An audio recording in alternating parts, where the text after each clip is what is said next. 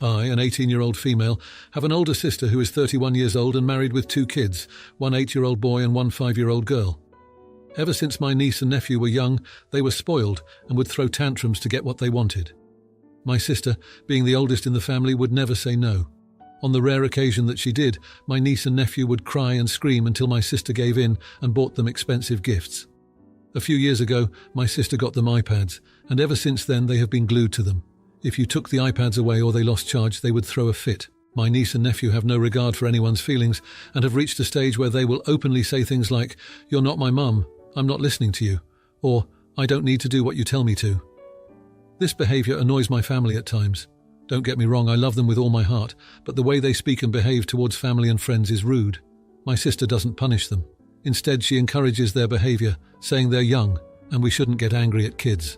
My nephew has a tendency to pick on his sister, especially when he has a friend over, which leads to my niece crying and seeking comfort. However, she also acts out in retaliation. Whenever they visit our house, they run around creating a mess, yelling and screaming. They refuse to eat the food my parents make if they don't want it, and talk back to my parents without hesitation. My niece has a problem with stealing. If she sees something she likes, she will take it. On one occasion, I found her in my room, going through my drawers and picking out clothes, as well as having a handful of my old stuffed teddies. When I gently explained to her that she couldn't do that, she ran off, and my sister got mad at me for punishing her. Everything came to a boiling point when my niece and nephew were jumping around in my younger sister's room, yelling at her. I walked into the room to ask what was going on, and they looked at me and said, "We don't love you. You aren't our mum." This genuinely hurt me. When I told my sister, she said to let them be and that they didn't mean it. From the corner of my eye, I saw my niece standing there with a grin on her face, and she ran off, leaving me hurt and angry. I don't know what came over me, but I let out all the pent-up frustration and said things that my family had never dared to say before. I finished by telling my sister, "Your kids are behaving like devils, and I recommend you start disciplining them for their actions." I then went to my room where I'm currently writing this. So Reddit, am I the idiot? In the heat of the moment, I didn't think I was, but sitting here now, I'm starting to feel like I am. Update. Hey everyone, I have an update for you. I live in Australia. This morning, my sister came over to talk to me, but instead of having a conversation, she yelled at me for disrespecting her kids. I sat and listened to what felt like hours of screaming.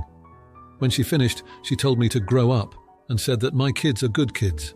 Hearing that made me angry, and I honestly told her that her kids don't respect me, the family, or the house. Our family values respect, but she has failed to teach them respect and manners.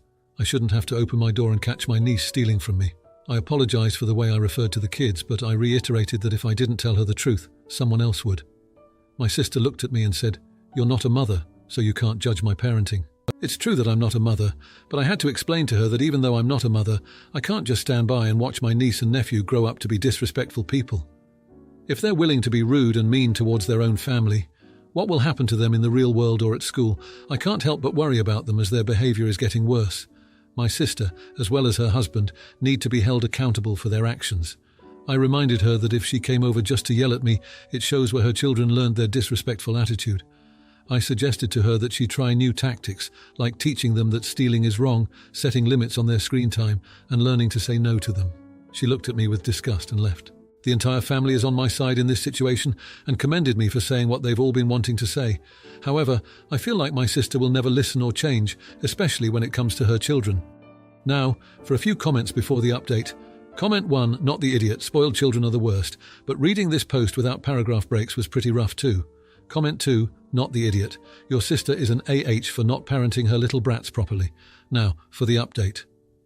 After my sister stormed out, things went quiet for a while. I thought maybe, just maybe, she'd take some time to reflect on what I'd said, but I guess I was too hopeful. The next few days were tense, to say the least. My sister didn't call or text, and I started to feel guilty for causing a rift in the family. I missed my niece and nephew despite everything. Then, out of the blue, my sister showed up at our house again. This time, she brought the kids. I was surprised, to say the least. She asked if we could talk, and I agreed, hoping we could finally sort things out. We sat down, and she actually apologized for her reaction. She admitted that she'd been struggling with discipline and was at her wit's end. I felt a glimmer of hope. Maybe this was the turning point. We spent the afternoon discussing strategies and boundaries. My sister seemed open to suggestions, and I felt like we were finally making progress. The kids even apologized for their behavior, which was a huge step for them. For a moment, it felt like we were a family again, working together to solve our problems. But as the week went on, old habits die hard. My sister's attempts at discipline were half-hearted at best. The kids quickly realized that her threats were empty, and they went right back to their old ways. It was disheartening to watch. I tried to support my sister, but she brushed off my concerns, saying that she had it under control. Then, the inevitable happened. My nephew got into a fight at school. It was serious enough that my sister had to go in for a meeting with the principal. She was mortified, and I could tell that she was starting to see the consequences of her leniency. But instead of taking it as a wake-up call, she became defensive. She blamed the other child, the school, everyone but herself and her son. The family tried to rally around her to offer support and advice, but she pushed us all away. She said we were ganging up on her, that we didn't understand what it was like to be a parent. The tension was back, thicker than ever. My parents were heartbroken watching their daughter and grandchildren spiral out of control. And then, the saddest resolution of all. My sister decided that the best course of action was to cut ties with the family. She said we were toxic, that we were the reason her kids were acting out. She packed up her things and took the kids to stay with a friend. We were all stunned. I never thought it would come to this. I sit here now in my room, the same place where I wrote that first post, and I can't help but feel like I've lost a part of my family. I worry about my niece and nephew, growing up without the love and support of their grandparents, aunts and uncles. I worry about my sister alone and struggling to cope with the challenges of parenting. I keep replaying the past week in my head, wondering if there was something I could have done differently. But deep down, I know that I spoke the truth. It's just a shame that the truth wasn't enough to bring us together. Instead, it tore us apart. Now for the comments. Comment 1. Oh honey, you've stumbled into a real-life episode of Toddlers and Tiaras, the home edition. It's like trying to teach a cat to swim. You can only do so much before you get clawed. You're not the bad guy for wanting to save the Titanic from hitting the iceberg, but sometimes you just gotta let Jack and Rose float on their own door. Comment 2. It's tough when love gets tangled in a web of unruly kiddos and stubborn sibs. Maybe suggest a family meeting with a neutral mediator. Could be a professional or an Uncle Bob everyone respects. It's like bringing in a referee to a food fight. Things might actually get cleaned up. Now for the next story. I'm 17 years old. My sister, Cassie, 22 years old, is one of those people who is a bully to everyone and justifies it by saying, I'm just keeping it real. She clearly knows it's wrong, by the way, because she only does it to family when nobody who could affect her school professional reputation is watching. It's obvious no one in the family likes Cassie's bad attitude, but usually no one says anything because then Cassie gets overly defensive and turns it into a huge fight with yelling, and my family doesn't want to deal with the drama. My family actually celebrated Thanksgiving last week at my grandparents' house, since we're all going to be in different places on the actual day. During dinner, Cassie looked over my cousin Molly's 15 years old shoulder and saw she was reading a webcomic. Then Cassie started talking about how the webcomic is overrated, calling Molly basic and making fun of her for reading it. I was especially irritated because I really like hanging out with Molly, but she and her parents are rarely willing to visit in person because Cassie's always causing issues like this. I told Cassie that Molly's allowed to like what she likes, and there's no reason to be rude when Molly wasn't bothering anyone. Cassie made an excuse like, well, I'm just being honest, and I told her that she doesn't have the excuse of just being honest because nobody asked for her opinion in the first place. Cassie got angry and started going off about how you may be too dumb to know, but she has free speech and doesn't need permission to speak, which was literally not the point at all. My mum asked me and Cassie to just drop it, but Cassie kept trying to get the last word in. I got fed up and snapped at Cassie. I told her she bullies everyone and no one says anything because they don't want to put up with the drama, but I'm sick and tired of her being a jerk to everyone, which was all something I've wanted to tell Cassie for a long time. Cue the yelling and waterworks from Cassie. She went on about how no one ever lets me talk. No one listens to her opinion, blah, blah, blah. She tried using guilt to get people on her side, and the whole night was tense after. When we got home later, my mum told me that I humiliated Cassie and that I am in the wrong. She said she knows Cassie is frustrating, but I know that's just how my sister is, and I'm supposed to ignore her. And I gave everyone a headache by provoking her and causing the drama of her crying and yelling at Thanksgiving. It's been a week and Cassie is still in a bad mood. I thought what I did was justified, but it seems like Molly is the only person in my family who thinks I did the right thing. I realise it wasn't the most civil route, but I still feel Cassie brought it on by being a bully in the first place. So I'm asking Reddit, am I the idiot? Now, for a few comments before the update. Comment 1. This is classic triangulation. Family systems often center cohesion and agreeableness as the core values, so bad behavior gets normalized for the sake of going along, whereas the person calling it out is labeled disruptive and scapegoated. Your whole family needs therapy. Comment 2. You're not the idiot. She said she knows Cassie is frustrating, but I know that's just how my sister is, and I'm supposed to ignore her. Yeah, okay. So tell your mum reacting this way is just how I am, and Cassie can ignore it. That seems fair to me. Now for the update. A lot has happened since that Thanksgiving dinner. I guess you could say it's been a pretty eventful few days, and I've learned a lot about my family and myself.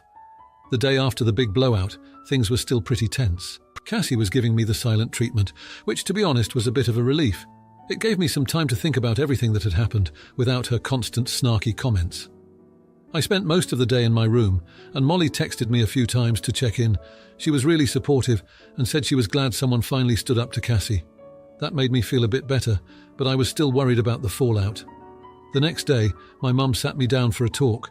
She said she'd been thinking about what I said and realised that maybe we'd all been enabling Cassie's behaviour by not confronting her about it. She apologised for making me feel like I was in the wrong for standing up to Cassie and said she was proud of me for being brave enough to speak out. That was a huge relief, and I felt like a weight had been lifted off my shoulders. Later that day, Cassie came to my room and actually apologised.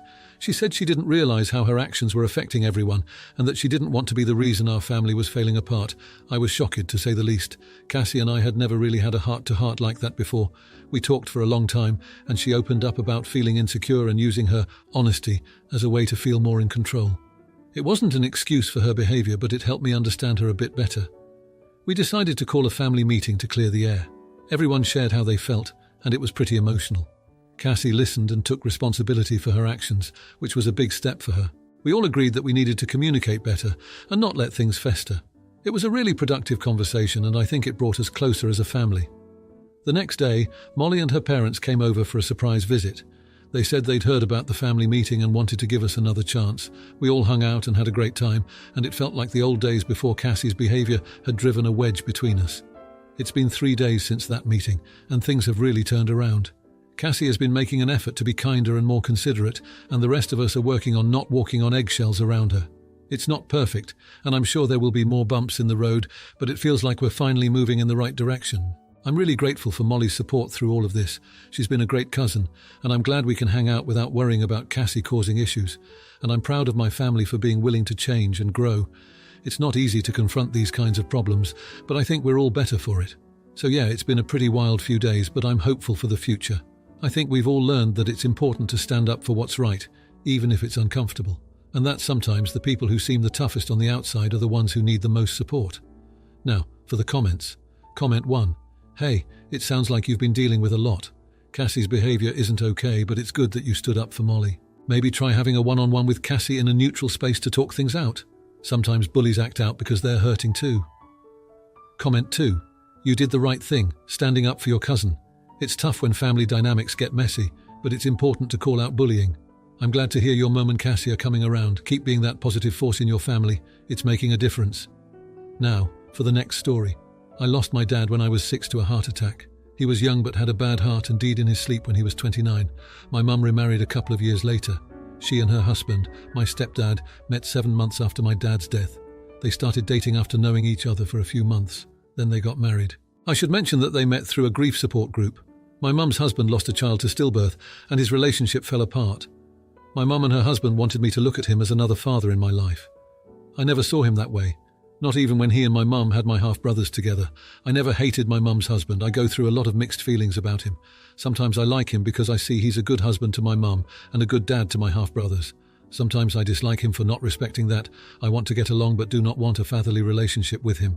I have never loved him. He has never gotten to be someone I consider actually important to me. I think because throughout the negative has always outweighed the positive.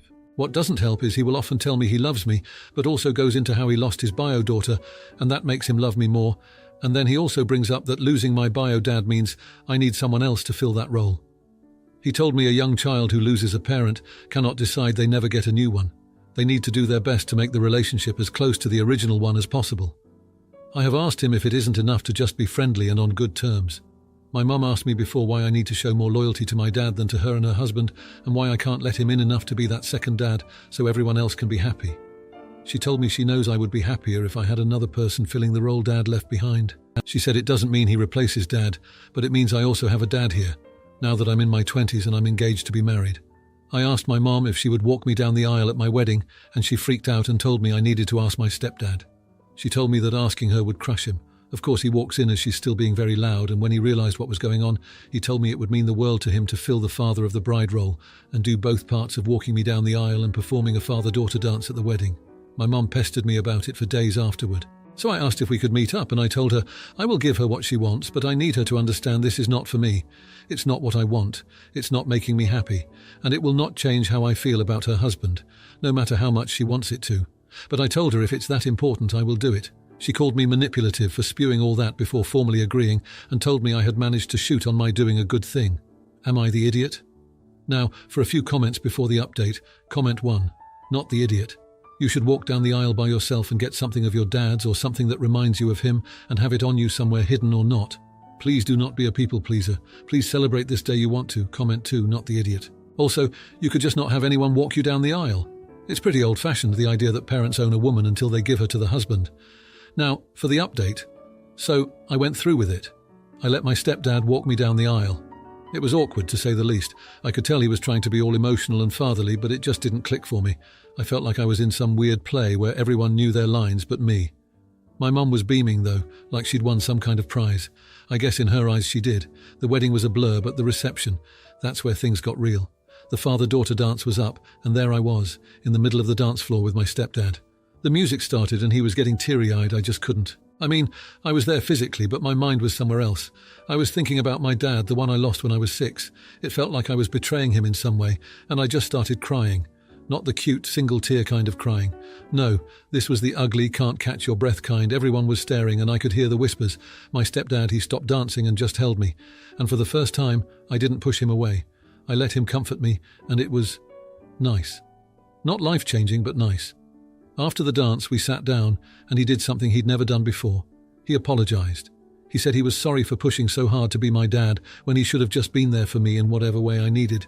That was a surprise. I didn't know what to say, so I just nodded. The next day, my mum and I had a long talk. She cried, I cried, and we both said things we'd been holding back for years. She admitted she was wrong for trying to force a relationship between me and her husband. She said she just wanted me to be happy and thought that was the way to do it. I told her I understood, but that I needed her to accept that my feelings were valid too. It was a rough conversation, but it felt like we'd finally broken through some wall that had been between us for years. My husband has been my rock through all of this. He never pushed me to do anything I didn't want to do and just supported me. After the wedding, he told me he was proud of me for handling everything with such grace, even when it was hard. That meant a lot to me. He's been amazing, listening and just being there. I feel like this whole ordeal has brought us even closer, if that's possible. The days after the wedding were a mix of relief and awkwardness. My stepdad was trying to give me space, but you could tell he was unsure of where he stood. I decided to clear the air. I invited him for a coffee, just the two of us. It was probably the most honest conversation we'd ever had. I told him I appreciated his apology and that I was willing to start fresh, but that it would take time for me to see him as more than my mum's husband. He seemed to get it, and we agreed to take things slow. It's been 3 days since that coffee, and things are different. Not magically fixed, but there's a sense of understanding that wasn't there before. My mum has backed off, and I can tell she's trying to respect my boundaries. My stepdad has stopped with the I love yous and the talks about filling my dad's shoes. It's like we're all learning how to be a family in a way that works for us, not just for one person. I'm not saying it's perfect. There are still moments of tension and times when I miss my dad so much it hurts. But there's also this new sense of hope that maybe, just maybe, we can get to a place where the good outweighs the bad. It's going to take work and it's going to take time, but for the first time in a long time I feel like it might be possible. And that's something, right? Now for the comments. Comment 1. Oh honey, navigating the emotional minefield of blended families is tougher than trying to do a Sudoku puzzle with a blindfold on. Not the idiot for feeling your feels, but remember, life's too short to play emotional tug-of-war. Maybe give Step-Pops a chance to do the cha-cha in your heart at his own pace. Comment 2. Did you ever chat with your stepdad about how you cherish your bio-dad's memory? It might help. Not the idiot, but it's like trying to fit a square peg in a round hole with feelings. Take a breath, have a heart-to-heart, and maybe you'll find a new groove in the family dance. If you liked this video, you'll probably like these too. Also, while you're here, please consider subscribing. It's your support that keeps this channel alive and allows me to make better and longer videos. Have a great day.